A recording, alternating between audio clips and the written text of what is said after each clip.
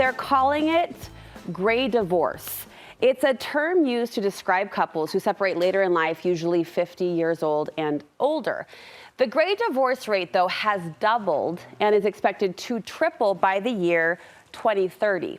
That's a heavy statistic, a heavy trajectory to consider. So Studio 5 parenting contributor Heather Johnson wants to shed some light on the topic. She'll share how couples can stay connected later in life to prevent those gray divorce numbers from rising. Welcome, Heather. Any other details about gray divorce before we get into it that you think are worth noting? No, I mean, you know that it's called gray divorce, right? Because they're happening when people tend to have gray hair, right? Yes. Sometimes golden love, gray divorce.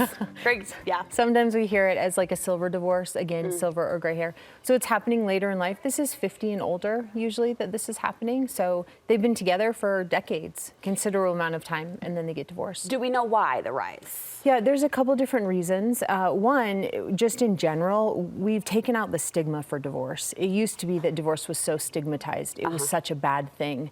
Divorce is now just part of daily life. So if someone is unhappy in their 50s, 60s, even 70s, it's a lot more comfortable to choose to get divorced than it used to be. It's an acceptable option. Yeah, it didn't used to be an acceptable option. A couple other reasons. There's a huge movement towards individualism in our society. There's this push for it where we're looking for what makes me happy, what is easiest for me. We're starting to value greatly flexibility. So it's this idea that we're kind of going along in our lives, and if we see something that we might like better or seems a little bit easier, we like the flexibility of being able to just jump over and try something new. And that's actually having a huge impact. And then there's things that happen in a family where, for example, they hit a stage in life where they've stayed together just for the kids. And then the kids leave the house. And so two people look at each other and say, well, now what? It's been hard and they're gone. And so let's go ahead and make this decision.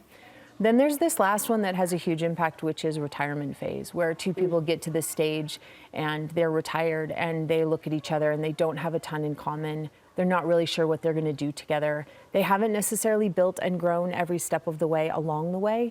And so they hit that stage in life and they're just not quite sure what it is that they see in each other or how to build that. And so they get a divorce. Regardless of the relationship or of the couple or of the individuals, that feels so relatable, I think, to any couple at any stage, because you realize how quickly life can sweep you up in the demands and the to-dos, and you lose that connection. Absolutely, and how fast, like you said, how quickly it sweeps you up, where we have to start realizing that marriages and our family systems, they get energy and need energy every single day.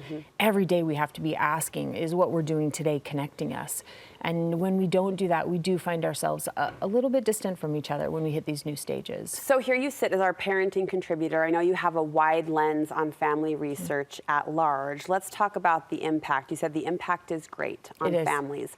What is the impact on children and extended relationships when these older couples decide to part ways? Yeah, adult children and grandchildren are actually hit really hard with a gray divorce.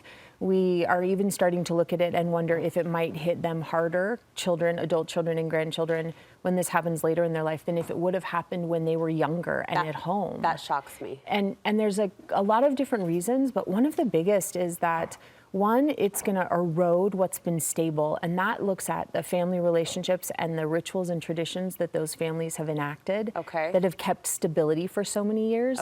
Now they're thwarted. Now they can't happen anymore, right? So they're saying, I saw this appearingly blissful, happy relationship. If that's really what was happening, what does that mean? Yeah, and they're saying we've connected in all of these ways over the course of our lives together, and now we can't keep connecting in those ways because my parents are divorced, and so all that is changing. Okay, got it. Whether it's holidays or baby blessings, things like that. My foundation is gone. Right. Then on top of that, what's even bigger is these adult children are watching what they thought was stable now become unstable, and they start to question marriage. They start to ask themselves, well, if my parents couldn't do it and I thought they were doing so great, then how is it that I'm going to be able to do it? And so they start to doubt their capacity or ability.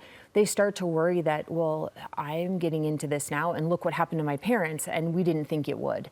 So now I'm afraid to get into it because I don't want it to happen to me. Those are important effects to consider, I would assert, because I think it's so easy, that third criteria or that third reason why you presented that gray divorce is on the rise was, well, the kids are gone, so now what? It almost feels dismissive, like I've done it, it's done, but you're saying the ripple effects will continue. They will continue, and it becomes really hard for a family to figure out how to navigate being together when parents at this stage of life get a divorce, right? They're not looking to be in the same space. They're not looking to spend time together.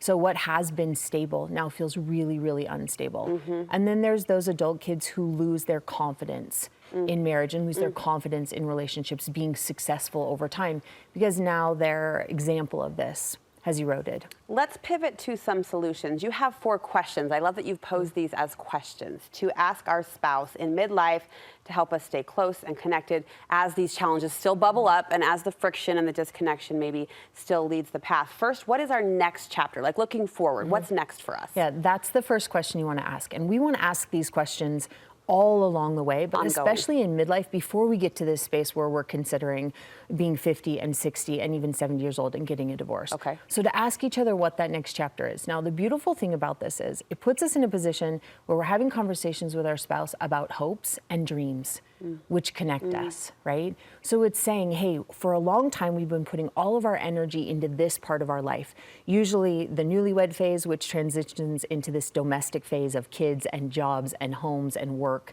And now, where are we going to put that energy? Where are you dreaming about putting that energy? And where am I dreaming about putting that energy? It also takes the conversation off of what's wrong now It or does. what didn't happen then. It's forward reaching. It is. Yeah. And so it's going to put 2 people together. Now, can you accomplish every single one of our big hopes and dreams?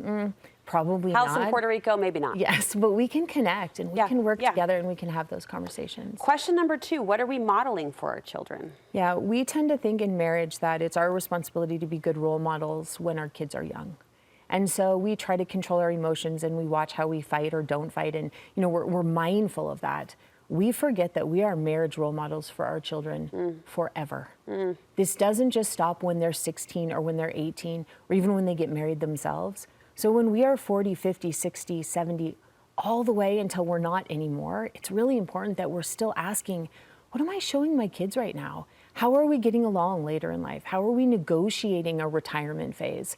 We are always role models for them, and we don't often remember that. I find myself often thinking how often we slip into stereotypical behaviors just because I remember when I was a new mom and my baby woke up from a nap and I was seeing all these other, and I get it, moms grumble like, oh, nap time's over, when I was actually really excited to go scoop up that baby. We slip into those stereotypical reactions, and there's almost this like grumpy married couple stereotype that I see really well-meaning grandma and grandpa slip into, like this familiar, oh, your grandpa, or oh, your grandma. It kind of puts a new burden, as you describe it, on living that legacy and punching home that love. Absolutely, and then modeling that, right? We don't have to be just what we see in a sitcom or Yeah, in the movies. yeah. Retirement phase, you don't have to be annoyed when maybe your spouse is now at home with you more. We don't have to fall into that.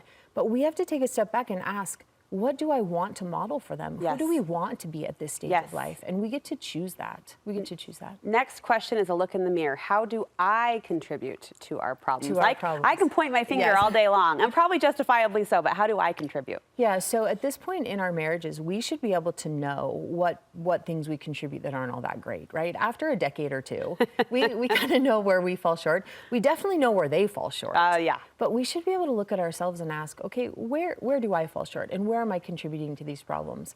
The cool thing about this is it makes it even bigger where we can ask ourselves, regardless of what my spouse does, how do I want to show up in this marriage? Who do I want to be regardless of what they do?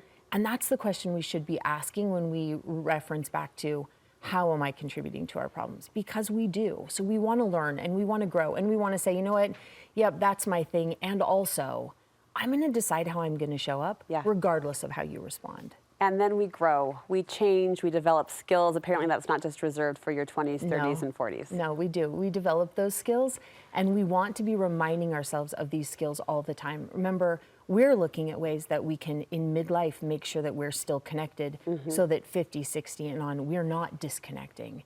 And so being able to come together and remind each other all those skills that you've developed over the years, maybe you're really good at being patient. Talk about that with your spouse. Compliment each other on how awesome it's been that you've had a marriage that's been full of patience. Maybe you're good at slowing down with your communication and managing emotions. Well, then you should be saying to each other, I love that over the last 30 years, we've been really good at managing our emotions. We want to be saying those things to one another. The other thing we want to be doing when we're talking about these skills we've developed is we want to be talking about how we met in the first place. Oh. Because we don't often do that, right? Yeah. The further we get from when we met, whether that was 20s or 30s, when we met each other, the less we talk about it. But we forget why we fell in love in the first place.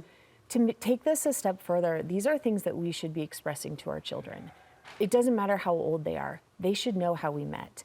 They should be hearing, you know what? Your dad and I, we're really grateful that we're good at doing this together, or that we're great at navigating these situations together.